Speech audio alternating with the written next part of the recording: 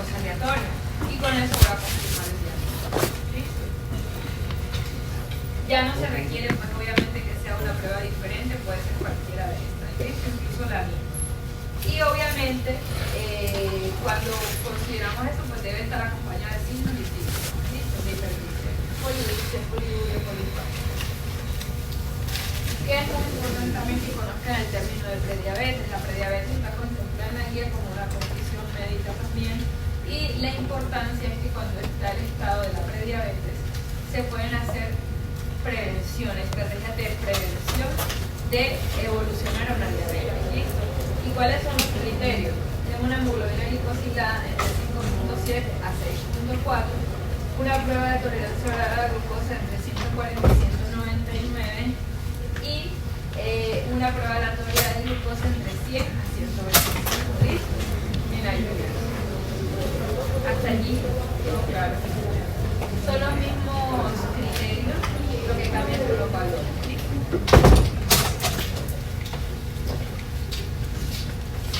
Lo que les comentaba, si el paciente, por ejemplo, no tiene síntomas, pues se debe hacer, y hacemos un paciente que siéntate acá.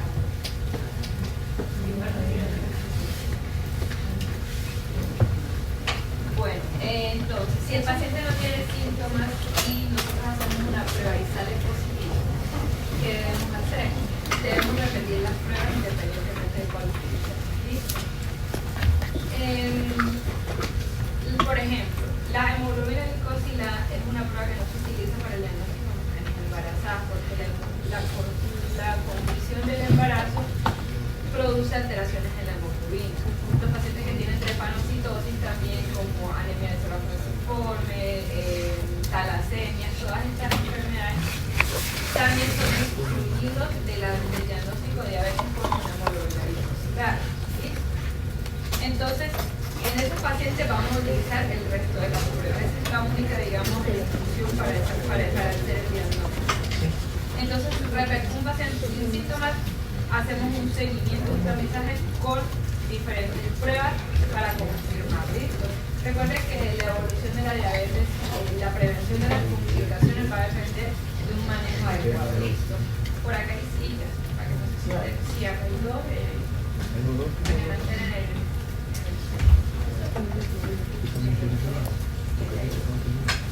Pero sí, bueno. Y entonces cuando tengamos claro que el paciente no tiene condiciones que alteren una hemoglobina glicosilada, pues vamos a seguir haciendo los estudios. ¿Sí? Bueno, si un paciente no tiene un diagnóstico claro de diabetes, pero se le hizo una prueba avanzada y salió positiva, entonces requiere al menos 2 resultados anuales. Pero eso aplica para todos los pacientes. ¿Listo? Una sola prueba no es definitiva para hacer diagnóstico. ¿Listo? Esto es la hemoglobina glicosilada.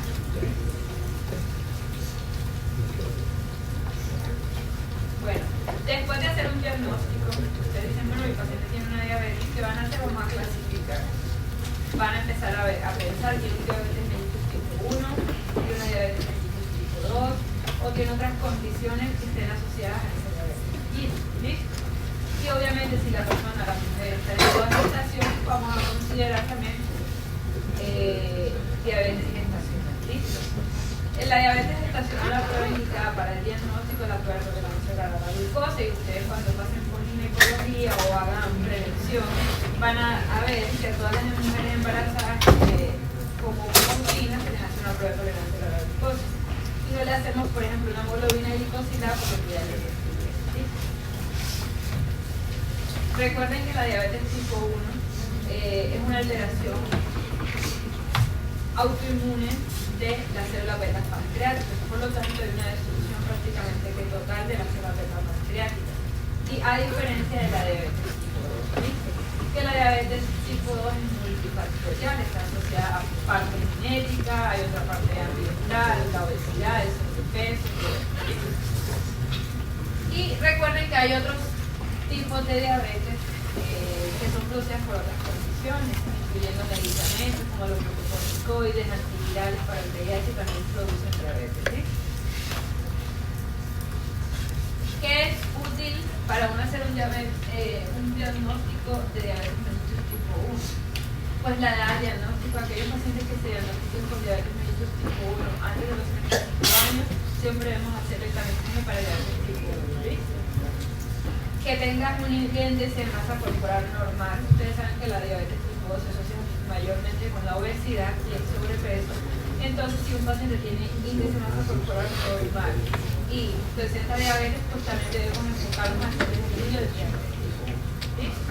Que tenga pérdida de peso no intencional, que debute con una cetoacidosis diabética, que su glucosa plasmática esté mayor a 360 al momento del diagnóstico. Sin embargo, esto es muy controvertido porque igual los diabéticos tipo 2 pueden presentarse con una glucometría en 500, 600 y no es precisamente una diabetes tipo 1. ¿Listo? Y aquellos pacientes que tengan antecedentes familiares de diabetes tipo 1, como papá, mamá, abuelos, pues se debe hacer un cribado y un estudio desde temprana edad. ¿Listo?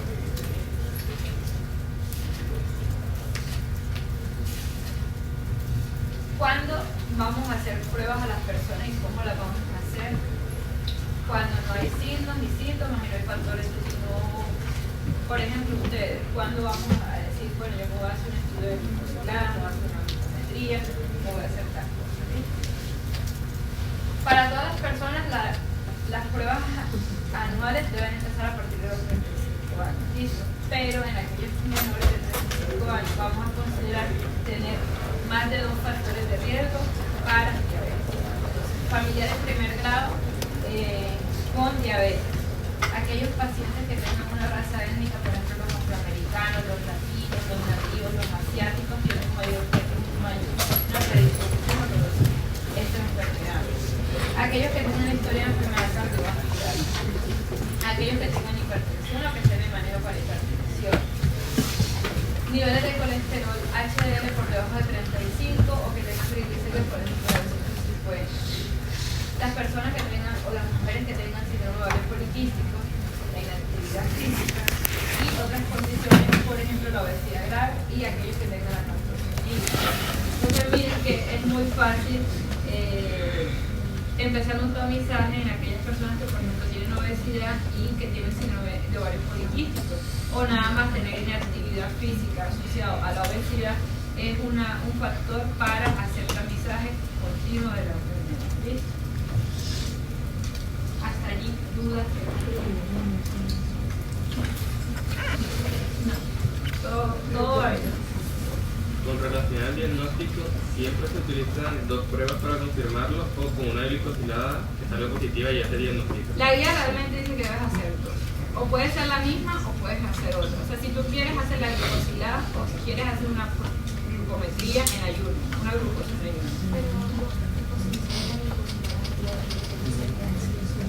Sí, o sea, realmente sí. O sea, tú dices sí es diabético, pero la guía te requiere la confirmación. Siempre lo debes confirmar.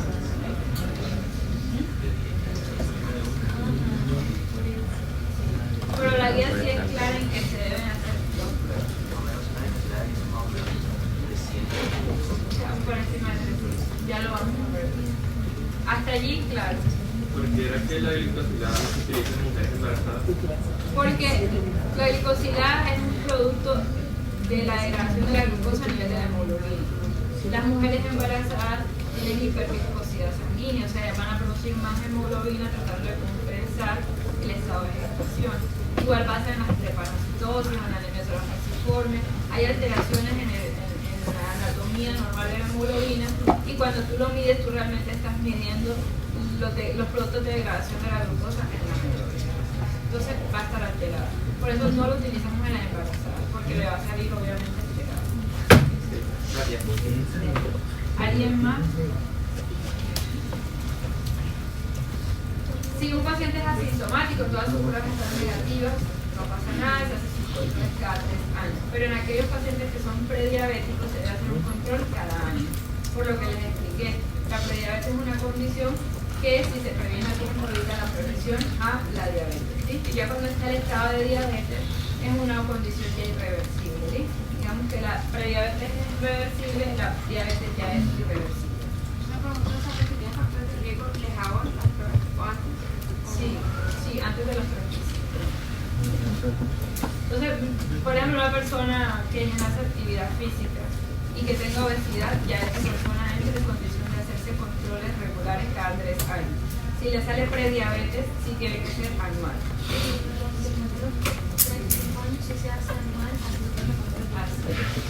Pero si, por ejemplo, tú le haces, yo tengo 40 años, nunca me he hecho nada. Me haces la glicosilada y me sale en 5, está normal. No pasa nada, se la haces cada 3 años. ¿Sí? Pero si, por ejemplo, me sale la hemoglobina glicosilada en 6.1, que es prediabetes, me la debo hacer anual. Y obviamente dar indicaciones de cambio de estilo de vida, dieta saludable, ejercicio y un control regular, porque si continúa de esa forma, pues la persona va a llegar a la edad.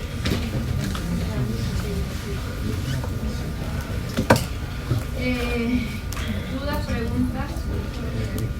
¿Hasta allí? Ahora vamos a entrar a las metas. ¿Qué son las metas en la diabetes y bueno, en la mayoría de las enfermedades? Es un objetivo que siempre vamos a tener en algún laboratorio o en alguna condición del mismo. En el caso de la diabetes, pues lo vamos a ir con la hemoglobina glicosilada. Como les decía, la hemoglobina glicosilada es un producto que se mide a nivel de la hemoglobina, pero que es realmente un promedio que se saca en el laboratorio, que se sacaba en los estudios para considerar que si, por ejemplo, la hemoglobina glicosilada se encuentra en 5, sus niveles de glucosa en sangre o en sangre en los últimos 3 meses ha estado entre 76 y 120. ¿Sí? O sea que ha estado casi nada. ¿Sí? Pero si consideramos la que el compañerito dijo ahorita, que es la número 10, una glucometría ha estado en promedio en 240, es decir, entre 193 y 282 en los últimos 3 meses. Y por eso esa es la razón por la que nosotros hacemos el seguimiento con la hemoglobina glicosilada y que las metas las vamos a orientar a la hemoglobina glicosilada. ¿Listo? Y como pueden ver en la tabla, ese es el promedio. Entonces, si un paciente hoy llega con una hemoglobina glicosilada en 13, su promedio de glucometría ha sido 298. ¿Listo? O sea que ya el valor de 70, 100 no sería el normal, sino a 120. Eso porque yo tengo entendido que de 70 a 100 era normal, de 100 a 125 era prediabetes. Y la diabetes Está bien. está bien. Sí, pero esto no es lo normal. O sea, esto es lo que significa tener una hemoglobina glicosilada en 6, 7, 8, 10. Es un promedio en cuanto has tenido en los últimos 3 meses la glucosa en sangre. Eso queda claro, ¿sí? Y ahí van a entender ahora por qué nosotros tratamos de llevar al paciente a lo más normal posible. Sin embargo, les voy a mostrar unos cambios que hay en las metas. ¿Hasta allí claro? Sí. Bueno, entonces, ¿cuál es el objetivo? En todas las mujeres, todas las diabetes, que no sea diabetes gestacional, el objetivo siempre es llevar al paciente por debajo de 7 de hemoglobina glicosilada, que es casi lo normal. Lo normal es tenerla por debajo de 6.5. Bueno, realmente por debajo de 5.4 porque la prediabetes. Pero nosotros orientamos a ir por debajo de 7 en todos los pacientes que no estén en estado de gestación. Todo lo que les estoy diciendo es para personas que no tienen embarazo. Las mujeres embarazadas no entran en todo esto, ¿listo? Eso es aparte. La glucosa plasmática antes de cada comida, o sea, en ayunas entre 80 y 120, ¿listo? Postprandial por debajo de 180, es decir, que yo almuerzo, me hacen una glucosa, una glucometría y la meta es que esté por debajo de 180. Si después de comer la tengo en 300, estoy mal, no estoy en la meta, ¿listo? Lo otro que es muy claro es que se deben desintensificar los medicamentos cuando los pacientes, bueno, muchos de los que han tratado conmigo han visto que los diabéticos toman 5, 6 pastillas, 3, 4 y salen en insulina. Entonces, en aquellos pacientes que veamos que tienen muchas terapias, también considerar ir quitando porque pues, el riesgo de hipoglicemia también produce daño, ¿listo? Este es un cambio pequeño, pero o sea, con objetivos macro para que ustedes comprendan. Como les dije, la meta siempre era por debajo de 7.5 en casi todos los adultos. ¿Sí? Considera que aquellos pacientes que tienen buena calidad de vida, que son jóvenes, por ejemplo, yo salgo diabética hoy, pues mi meta realmente sería estar por debajo de 6.5, que es lo normal. Pero en términos generales, para la mayoría, por debajo de 7, ¿listo? Hay unos criterios para considerar unas metas un poco menos estrictas, ¿listo? ¿Y a quiénes son esos pacientes a los que vamos a considerar menos estrictos? Pacientes que tengan una calidad de vida limitada, que tengan una edad avanzada, que vivan, por ejemplo, cuidados por alguien. Son pacientes que tienen una expectativa de vida muy baja, ¿listo? En ellos no vamos a considerar metas, en ellos vamos a considerar nada más tratarlo de forma habitual, pero no vamos a decir que lo vamos a llevar una hemoglobina glicosílada porque va a ser 6.5 porque le vamos a producir hipoglucemia, ¿listo? Y la hipoglucemia les puede producir mayores complicaciones. ¿Eso queda claro? Sí. Estas condiciones que les pongo en las diapositivas, por favor, repásenlas, que eso es muy, muy importante. Eso les puede poner el examen. Para que, bueno, ¿qué es la hipoglucemia? La hipoglucemia no diferencia a estar por debajo de glicemia baja, tener la hemoglobina glucosa muy baja. Y esto se ha clasificado en 3 niveles.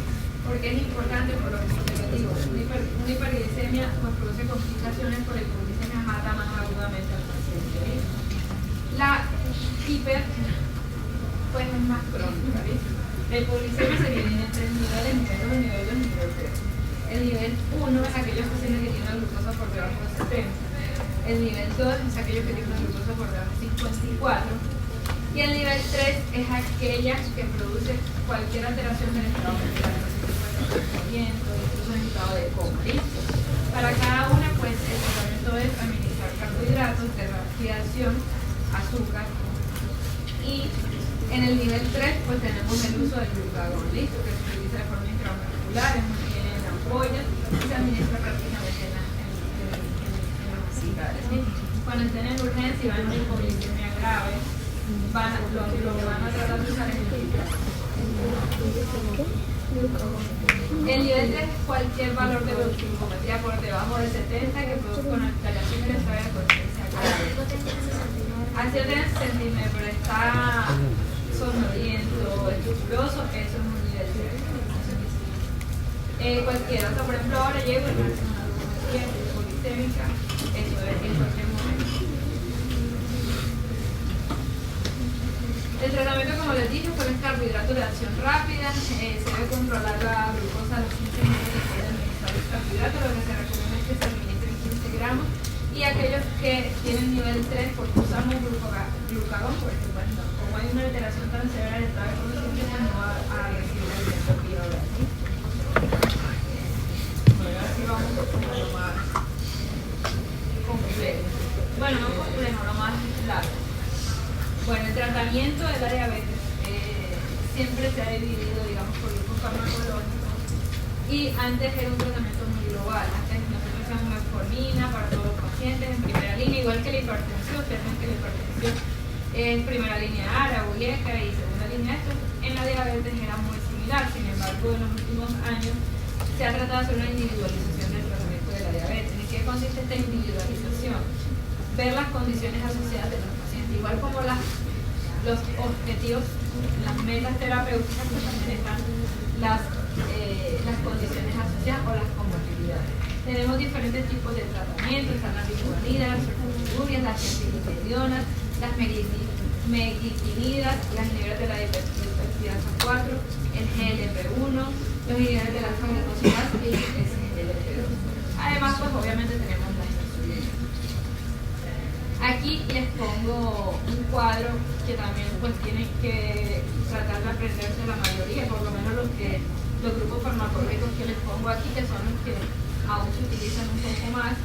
Y está el mecanismo de acción en la tercera columna y cuánto impacta en el control de la glucosa.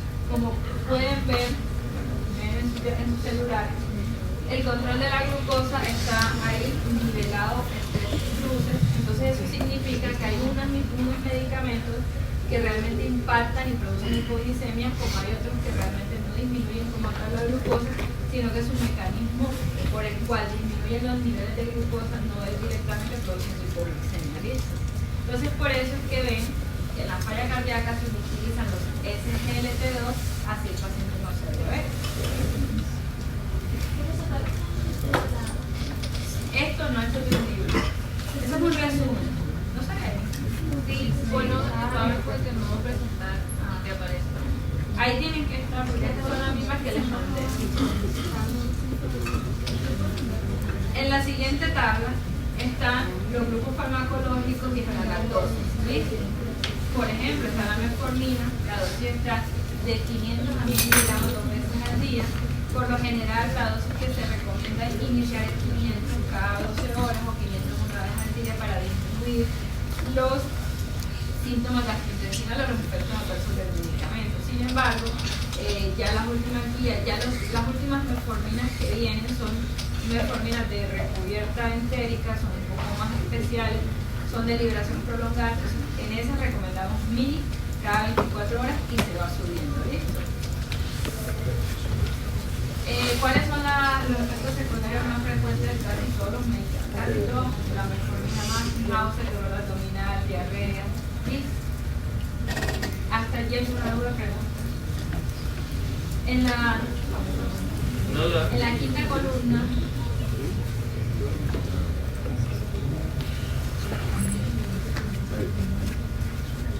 ya. Con respecto al tratamiento, hay que aprenderse los rangos, o sea, cuál es la dosis que hay que utilizar. O sea, la inicial y la final, sí. Pues, por ejemplo, como vamos a ver ahorita, por ejemplo, los niveles de la alfa-glicosilasa, lo que se van a aprender es lo más frecuente, la glicuanida, los niveles de la dipeptidasa 4, los GLP-1, los SGLT2, porque eso lo ven también en falla cardíaca, que es un tema también de este año. Las insulinas también, que ya les puedo explicar rápidamente, porque realmente esto es de complicaciones y consulta externa, pero igual les voy a explicar más o menos cómo se empiezan las insulinas, ¿sí? Bueno, en la quinta columna al final de estas tablas van a encontrar cuánto es el valor promedio en lo que es el grupo farmacológico en la hemoglobina glicosilada. Entonces, como pueden ver, la biguanida reduce la hemoglobina glicosilada de 1 a 2 en el porcentaje de hemoglobina glicosilada. ¿Listo? En 3 meses. Sí, los controles, la guía sí dice que se deben hacer cada 3 o cada 6 meses, igual que los ajustes en el tratamiento. Pero entonces con esto ustedes pueden orientarse en que miren que por ejemplo los inhibidores del SGLT2 reducen de 0.5 a 1 y con esto ahorita vamos a ver por qué algunos pacientes les empezamos monoterapia, por qué a otros les empezamos igual y por qué a otros les empezamos insulina. Es precisamente por el grado y el porcentaje de que reducen cada grupo farmacológico los niveles de hemoglobina glicosilada. Recuerden la media, excepto en aquellos ancianos, frágiles y todo eso, ¿sí? Con expectativa de vida limitada.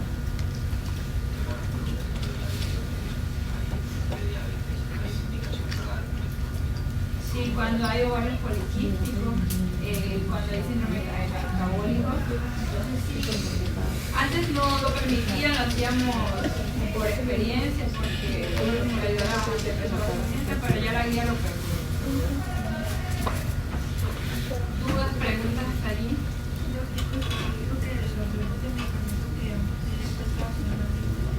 Nivel de dipeptidasa 4, SGLT2, insulinas, GLP-1, estos se deben aprender las dos, sobre todo semaglutida, por ejemplo. Los más comunes, sí. Los que hay en Colombia, dudas, preguntas, por ejemplo la semaglutide, aquí está en el resumen, este resumen se lo saqué de un libro, pero está muy completo, porque está mecanismo de acción, el costo también, ahorita que vamos al tratamiento también va a depender del costo, del sistema de salud, todo eso lo considera. Entonces, por ejemplo, la semaglutide se empieza de 0.5 a 1 miligramo y se administra semanal, porque es un medicamento que es una opción de liberación prolongada, ¿sí? Y se va aumentando cada semana. Hay unas condiciones que contraindican el uso de los GLP-1, por ejemplo la pancreatitis, haber tenido una creciente de un cáncer medular. ¿Dudas, preguntas?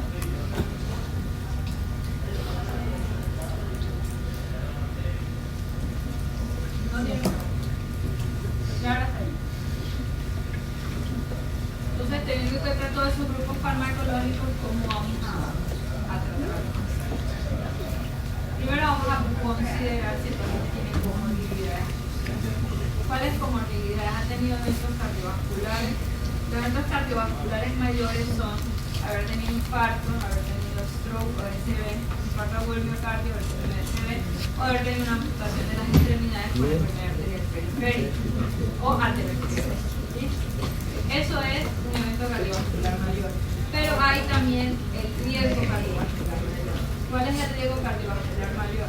Tener más de 65 años, tener obesidad, hipertensión, tener los triglicéridos elevados, tener hipercolesterolemia, fumar. Esos son riesgos para uno ser un paciente de evento cardiovascular mayor. ¿Listo?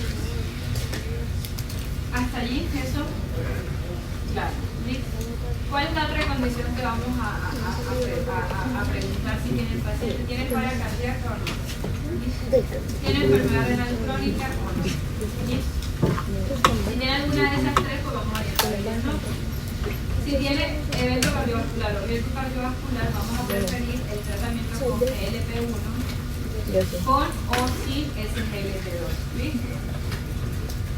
Eso primero, empezamos con eso y esperamos 3 meses, revaluamos a ver si te metas o no. Si empezamos con uno, le agregamos el otro. Y si empezamos con los dos, pues ya pasamos a la segunda línea. ¿Listo? ¿Tiene falla cardíaca? Pues en la falla cardíaca se va a preferir el SGLT2. Ya se lo he dicho de SGLT2 como cuál? Empagliflozina, dapagliflozina. ¿Tiene enfermedad renal crónica? Es decir, una tasa de filtración por debajo de 60. ¿Sí o no? Si la tiene, preferimos empezar con SGLT2. ¿Por qué? Porque los SGLT2 previenen la progresión de la enfermedad renal crónica. Evitan o retrasan un poco que la enfermedad persista. Si no, pues el GLP-1. Hasta allí tienen dudas, preguntas. ¿Siempre preferencia hacer el GLP-1? En riesgo cardiovascular o en eventos. Es decir, si se infartó, por ejemplo, siempre vamos a preferir el GLP-1, que es semaglutide.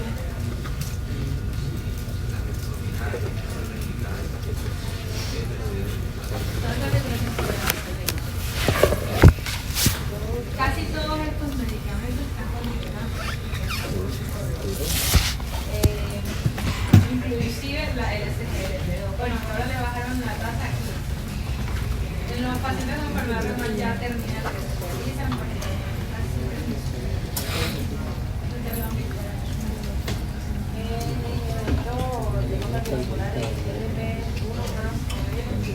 SGLT2.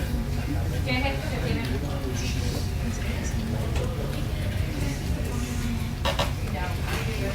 Si ponen uno, ponen dos. ¿Dudas, preguntas? ¿Se manda monoterapia con, en caso de falla renal con SGLT2 o también se puede combinar con metformina? Sí, la guía dice, bueno, la metformina siempre ha sido el número 1. Incluso hay condiciones, hay lugares donde no hay acceso para los pacientes para GLP-1, para SGLT2, para nada de eso. En esos lugares la guía considera que pueden usar metformina, que ya se lo puedo también explicar. Y ya vamos a ver cuándo van a poner uno o cuándo ponen dos. Porque tú puedes empezar con, por ejemplo, yo tengo enfermedad renal crónica, y me haces el diagnóstico hoy. ¿Tú cómo sabes si me ponen un grupo farmacológico o me ponen dos? Entonces, ya les voy a explicar eso para que lo tengan en cuenta. Y de acuerdo a eso, pues me iniciarías con uno o con dos. ¿Listo? Entonces, si tú tienes un paciente con enfermedad renal crónica y te da para monoterapia, pues vas a preferir entre todos esos el SGLT2, porque evita la progresión de la enfermedad renal. Pero si te da para terapia dual, por ejemplo, puedes ponerle metformina y el SGLT2. ¿Claro? O si por ejemplo me infarté en algún momento de mi vida, tengo obesidad, tengo sobrepeso, y te da para ponerme 2 grupos farmacológicos, tú puedes decir, te voy a poner semaglutida con metformina, por ejemplo. ¿Listo? Claro, si me haces a los 3 meses un control y yo llego con la hemoglobina glicosilada aún fuera de meta, supongo que mi meta va a ser que tú me lleves por debajo de 7. Porque no tengo expectativa de vida limitada, no soy anciano frágil, no dependo de un cuidador, nada de eso. Y llego con la hemoglobina glicosilada igual en 8. Entonces, ¿qué otro grupo farmacológico? Ya llevo 2, ¿qué otro grupo farmacológico le puedo poner? ¿Cuál sería? El SGLT2 y el SGLT2. ¿Listo? ¿Claro hasta allí?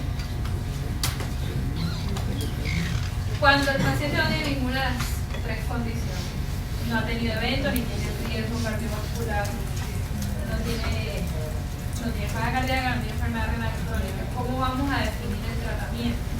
Pues vamos a definirnos si el paciente requiere bajar de peso, si es obeso, tiene sobrepeso. Si es obeso y tiene sobrepeso, pues considerar todas las estrategias para que baje de peso. Eso incluye medicamentos que tengan alto impacto o alta eficacia en la disminución de peso. Y aquí se nos ponen en verde. Muy alto la semaglutida y la tirzepatide. Nos puede poner alguno de esos dos. Si el paciente va a bajar de peso.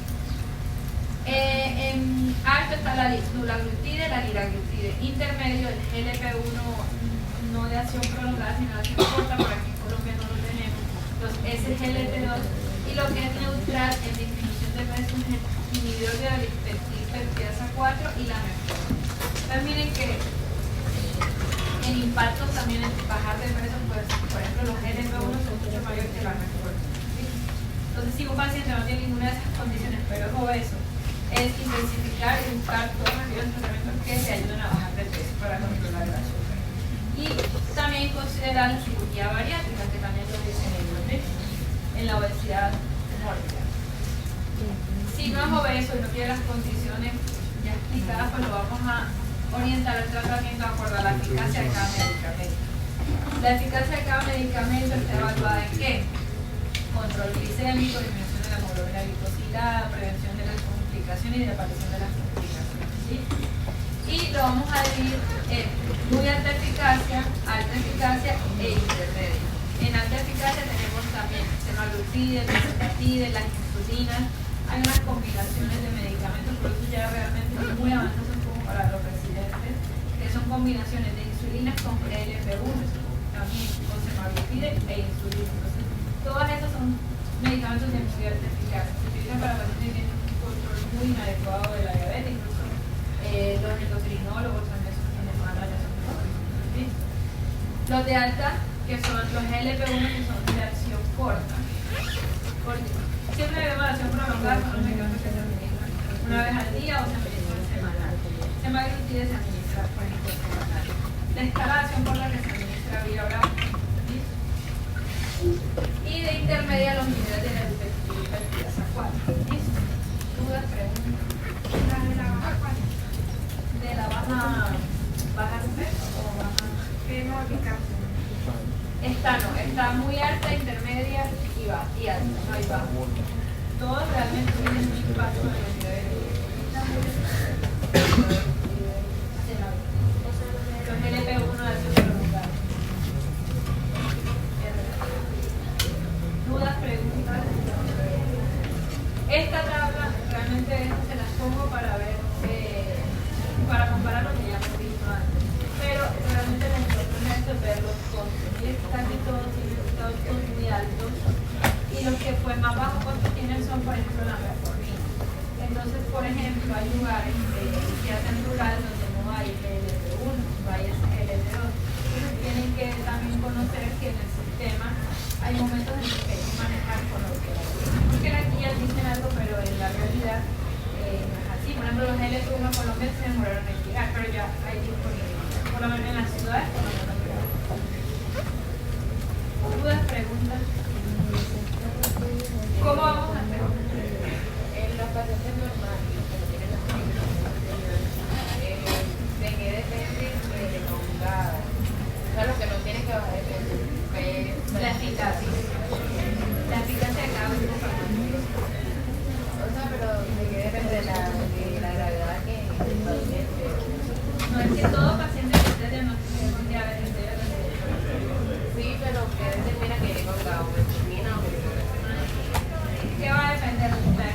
por ejemplo, si tú sabes que es más eficaz, que es más bueno para controlar una enfermedad que hace más difícil, comparado, por ejemplo, con un nivel de la identidad de esas cuatro, ¿tú qué prefieres? Por ejemplo, si es tu mamá, el que más eficaz, claro.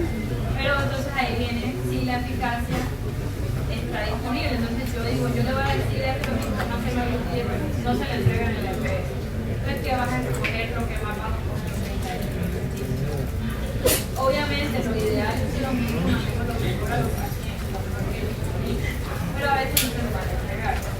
Eso da nada, pues estoy de acuerdo a eso. Como es, allí también nos consideran la mejor como una alta eficacia. Usted también lo puede tratar. Claro, eso. La eficacia es lo que acusa de definir qué es mejor o qué tiene mejores resultados. Lo que más, o sea, realmente en el momento mejores resultados tiene cuando el impacto en la glucosa, en el impacto en la mortalidad, en el impacto en reducir las complicaciones, porque la idea es prevenir que los pacientes lleguen a todas las complicaciones que vamos a ver ahorita. ¿Dudas? Pero es un poquito más rápido porque ¿cómo van a escoger si van a poner monoterapia o terapia? Si la hemoglobina glicosílica está 1.5 veces, 1.5% por encima de la meta, vamos a escoger terapia dual. Si ustedes deciden que no hay una meta para el paciente, lo que ya hablamos, pues van a decir, le pongo 1 o 2, cualquiera. Pero si ustedes deciden que es un paciente joven, que tiene una expectativa de vida buena, que está empezando, que realmente no lleva 20 años los que han logrado conmigo han visto que ya 20 años ya tienen complicaciones, incluso amputaciones. Ya esos pacientes realmente una meta tan estricta no tiene beneficio. El beneficio es cuando el paciente es sano, saludable y no tiene complicaciones graves, ¿sí? Entonces sí, ustedes van a llevarlo por debajo del 7, por debajo del 5, pues si me diagnostican con 9, no mate 1.5 por encima de la meta. Ya vamos a empezar con terapia dual.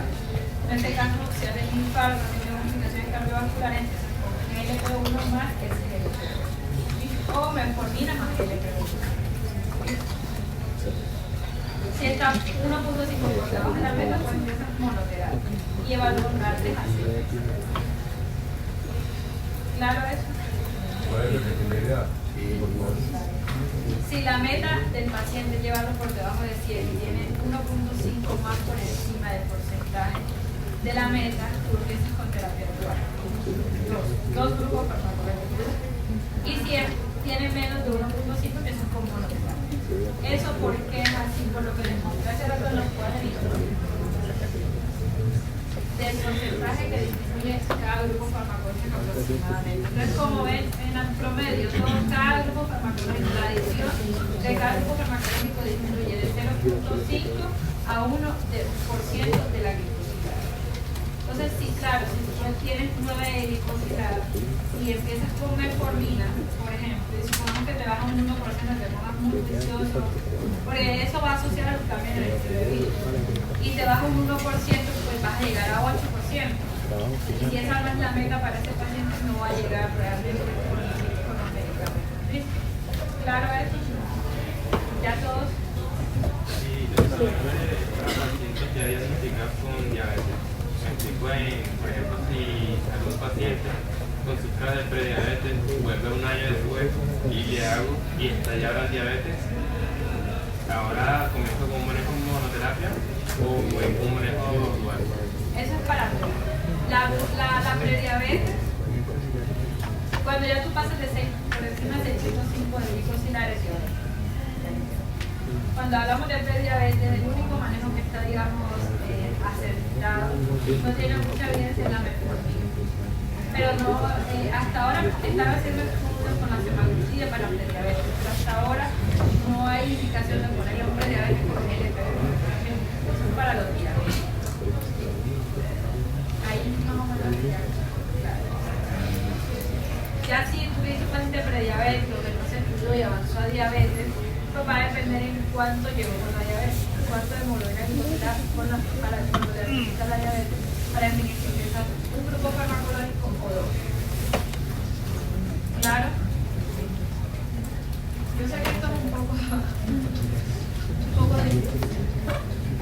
No es difícil, es claro. No me alcance como de dos. Bueno, cuando empezamos insulina, todo paciente que tenga una hemoglobina glicosílica por encima de 10 ya es indicativo de manejo con terapia. Adicional al grupo farmacológico. ¿Por qué? Porque si tienen 10 de insulina por encima de 10, la glucometría en estaban por encima de 300. Con el manejo farmacológico que hemos revisado, que reduce un 1% cada grupo, si con que le pongas 3, no vas a llegar a la meta, por debajo de 6,5, por debajo de 7. Entonces realmente la indicación para pacientes que hemoglobina glicosílica por encima de 10 es insulina. ¿Sí? La diabetes, ¿cómo de medicamentos se pueden combinar con? O sea, se puede combinar con Todo lo que está en la vida. todo. O sea, pero Excepto si el paciente tiene con 13 o sea, Si es para renal, pues no le puedes dar le puedes dar LP1, LP2, insulina, solo queda la insulina. pero básicamente, o sea, aquellos pacientes que requerirían una terapia con 3 o 4 medicamentos, es preferible. Es preferible porque va a bajar más rápido los niveles de glucosa. Recuerden que la insulina se produce en esa es la que más evoluciona. Pero no es cómodo para los pacientes inyectarlo 3, 4 veces al día. Aparte que ellos se inyectan y hay que hacer glucometría. O sea, realmente un paciente de esos se está funcionando en el día 8 veces, 10 veces. Tú dices, 10 veces en 10 días sí funciona. O sea, realmente es algo muy traumático. Pero cuando toca todo. En este caso, pues, sería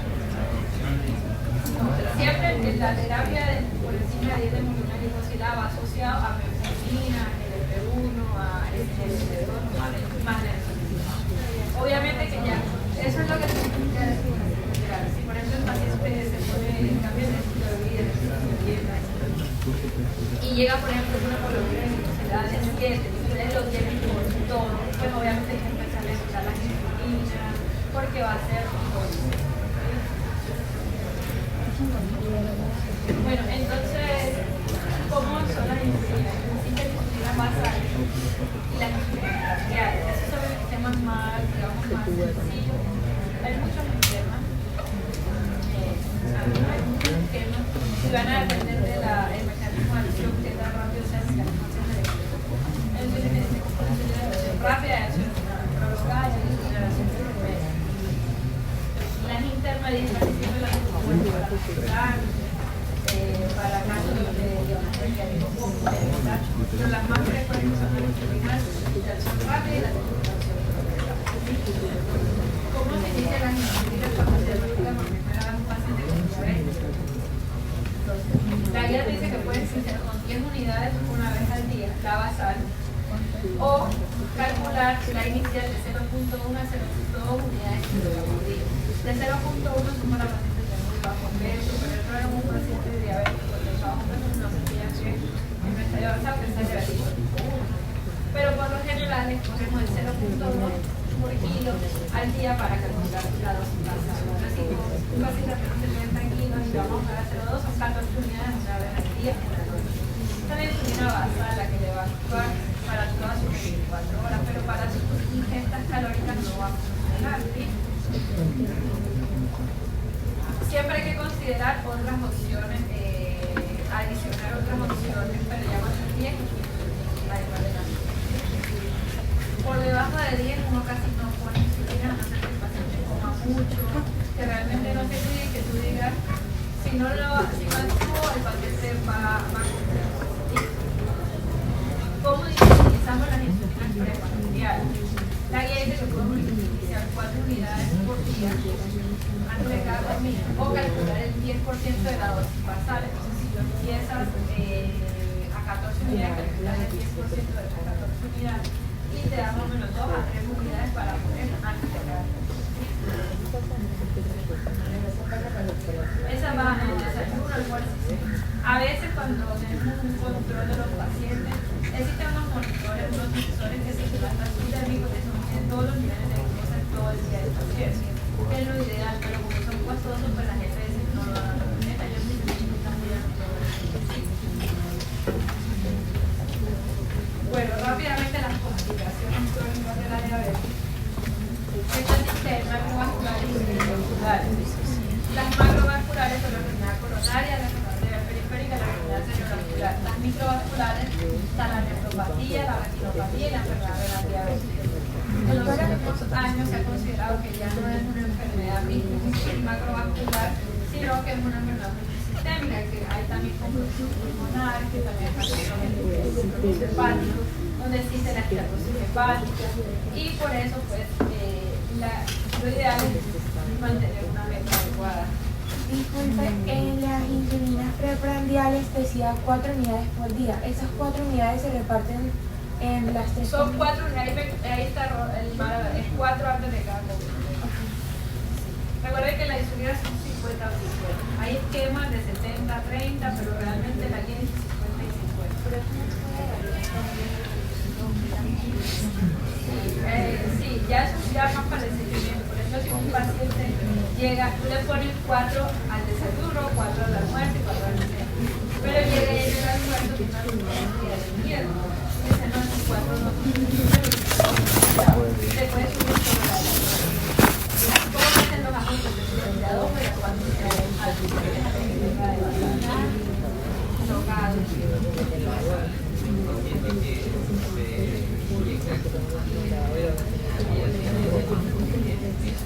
el basal va a ser ese, pero eso es para iniciar, esa es la dosis para iniciar y se va subiendo. Por ejemplo, si ustedes empiezan a los 10, me empiezan a los 10 en la comida y yo vengo a 3 meses y todas las glucometrías en la luna las tengo en tú me haces un ajuste, me subes 4 unidades a esa 10, tú subes de a 2 o de a 4 unidades, que es el 10 al 20%.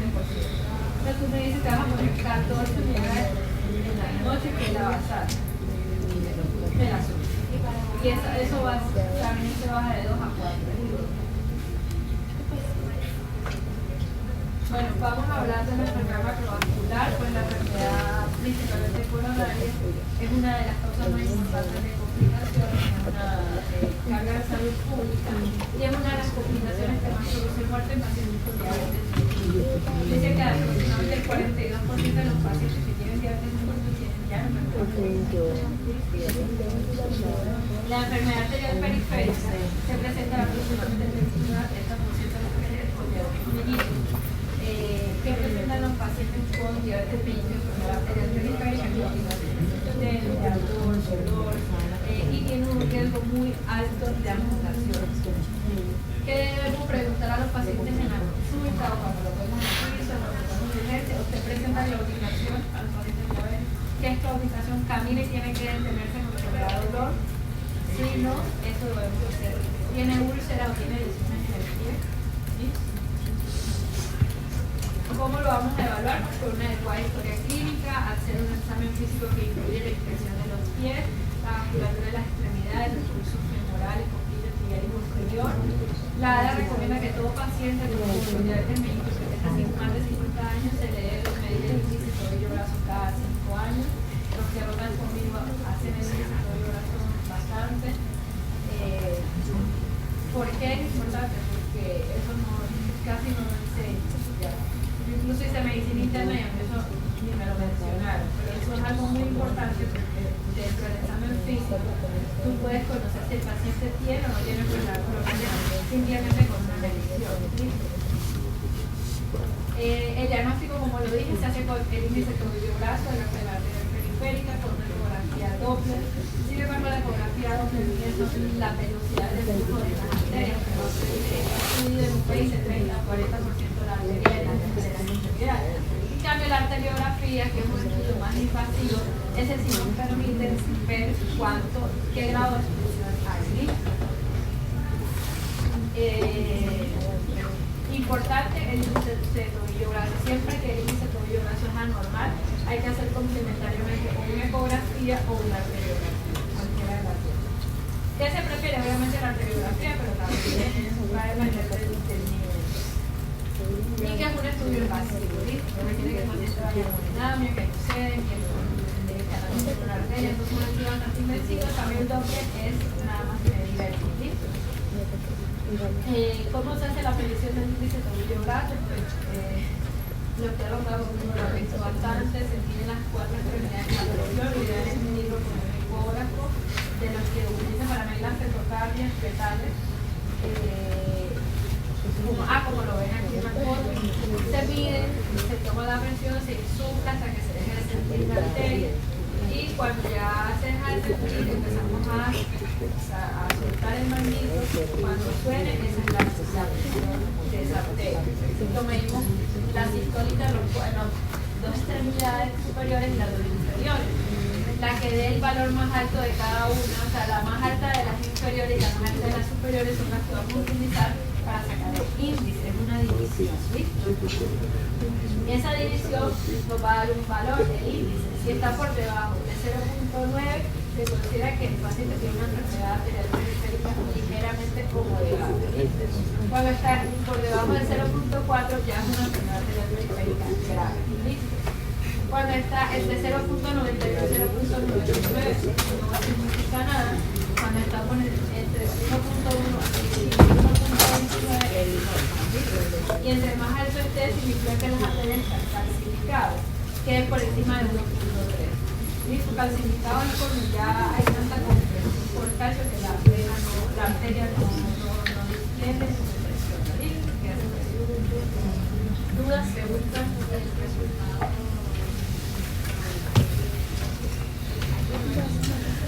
No, se hace un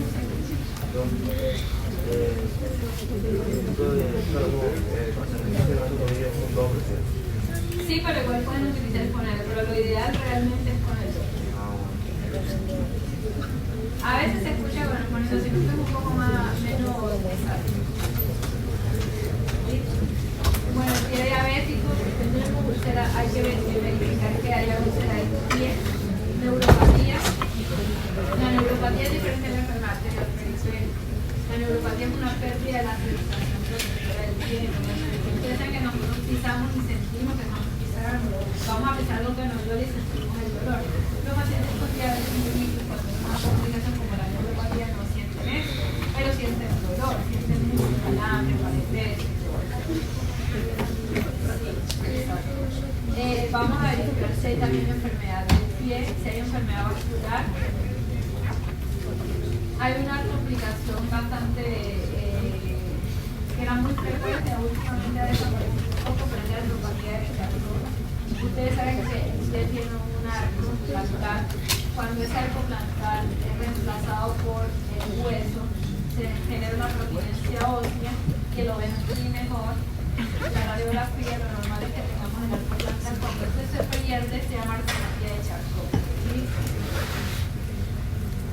Bueno, la enfermedad coronaria, como le dije, es bastante frecuente.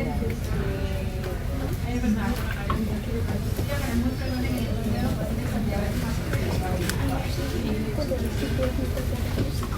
¿cuáles son los, digamos, las recomendaciones para evitar estas complicaciones?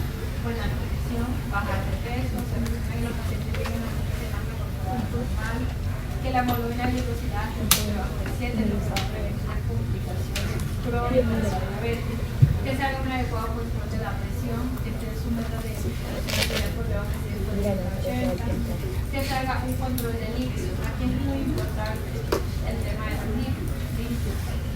Todo paciente con diabetes pues, va a tener un riesgo cardiovascular más alto. ¿Por qué? Porque una de las complicaciones más frecuentes es la enfermedad coronaria. Hay una calculadora de la AJA, metes tus datos, metes la presión, metes espuma, metes el colesterol y te da un riesgo a 10 años de presentar un evento cardiovascular. Como les dije, ya saben cuáles son los eventos cardiovasculares mayores. Entonces, todos estos pacientes pues, tienen un riesgo. Si tienen un riesgo muy alto, por encima de 7.5, calcula cuando no existe la enfermedad, deben tomar estar libre, ¿listo? De moderada intensidad. Pero cuando nosotros tenemos un paciente que ha tenido un infarto, un stroke o una amputación de las extremidades por aterosclerosis, esos son pacientes de muy alto riesgo cardiovascular por siempre, o sea, toda su vida, ¿ya?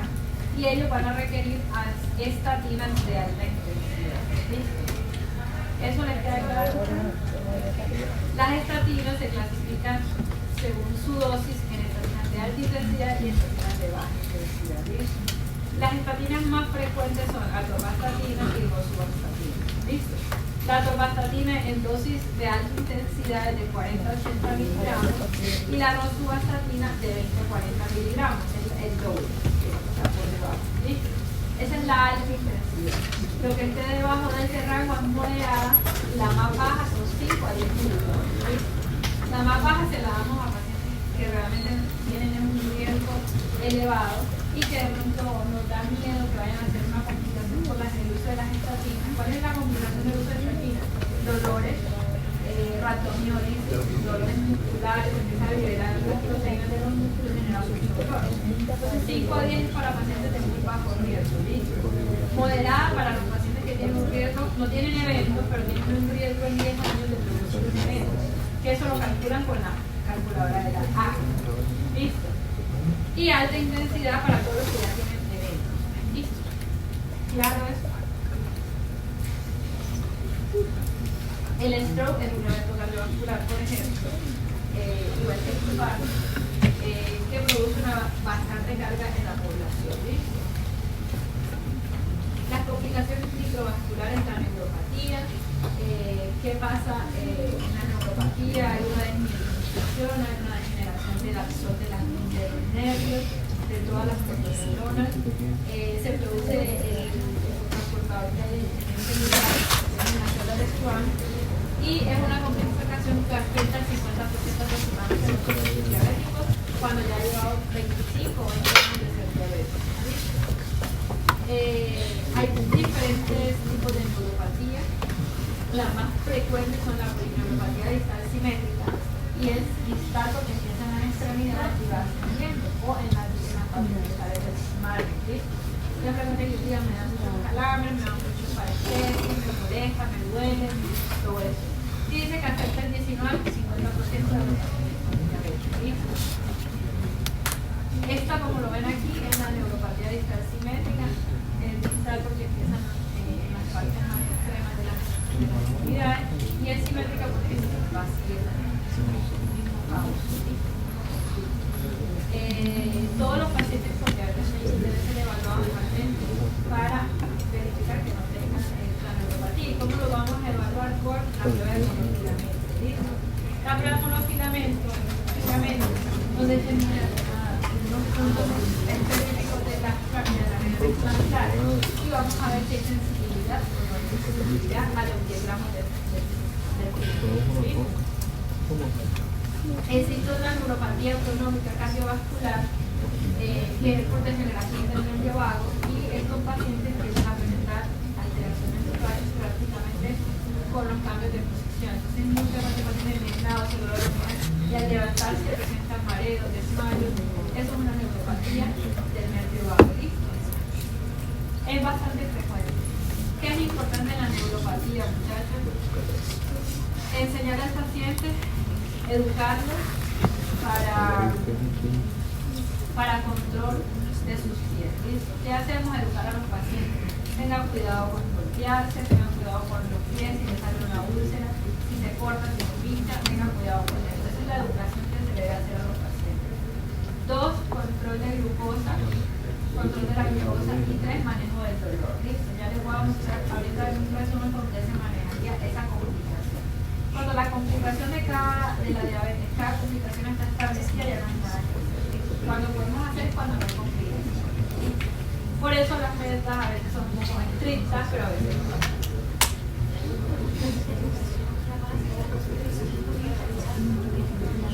La mala cicatrización es una complicación de la neuropatía. Porque recuerden que como hay alteración de la enfermedad arterial periférica, que que haya estenosis o aterosclerosis de las arterias de los miembros inferiores. Entonces no hay un adecuado flujo de sangre hacia los pulmones. Esta es la retinopatía diabética, es la principal causa de ceguera en el mundo. Casi el 25% de los pacientes con retinopatía tienen retinopatía diabética. ¿Listo? Todos los pacientes que tengan diabetes tipo 1, que es la más severa, deben ir a un oftalmólogo desde su diagnóstico cada 5 años.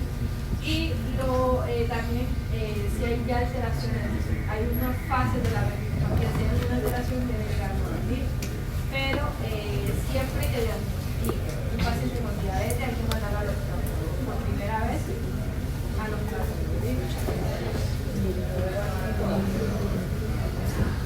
La enfermedad renal diabética, que es la neuropatía diabética, también han visto lo que ha pasado conmigo, diabético, y es una alteración de la masa muscular, y esto va en estadios, en estadio 1, estadio 5, que es pero es una complicación bastante frecuente.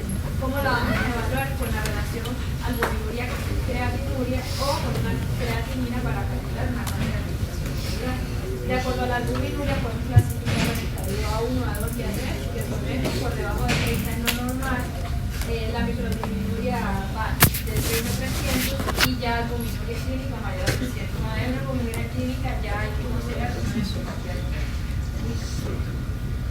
¿Qué debemos hacer? Como les digo, esto es un resumen de lo que les he dicho y del manejo, pero aquí es importante que sepan que para la neuropatía el control del dolor es muy importante. ¿Cómo controlamos el dolor de la neuropatía?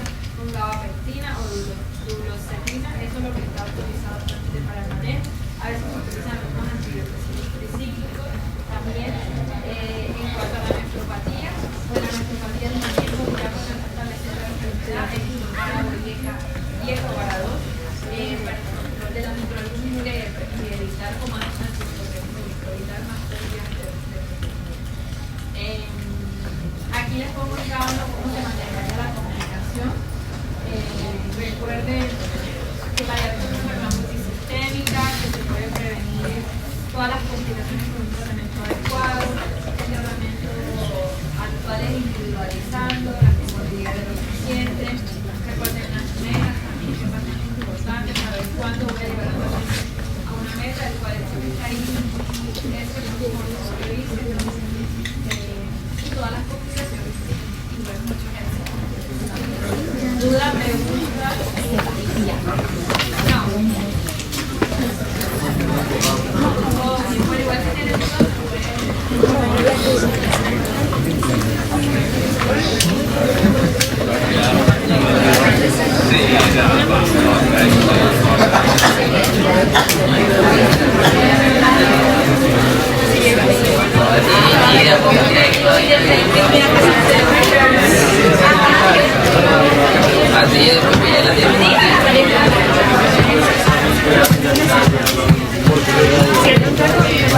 confirmado.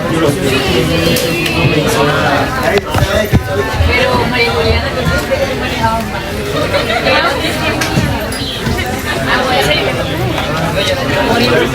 Llegando mañana me parece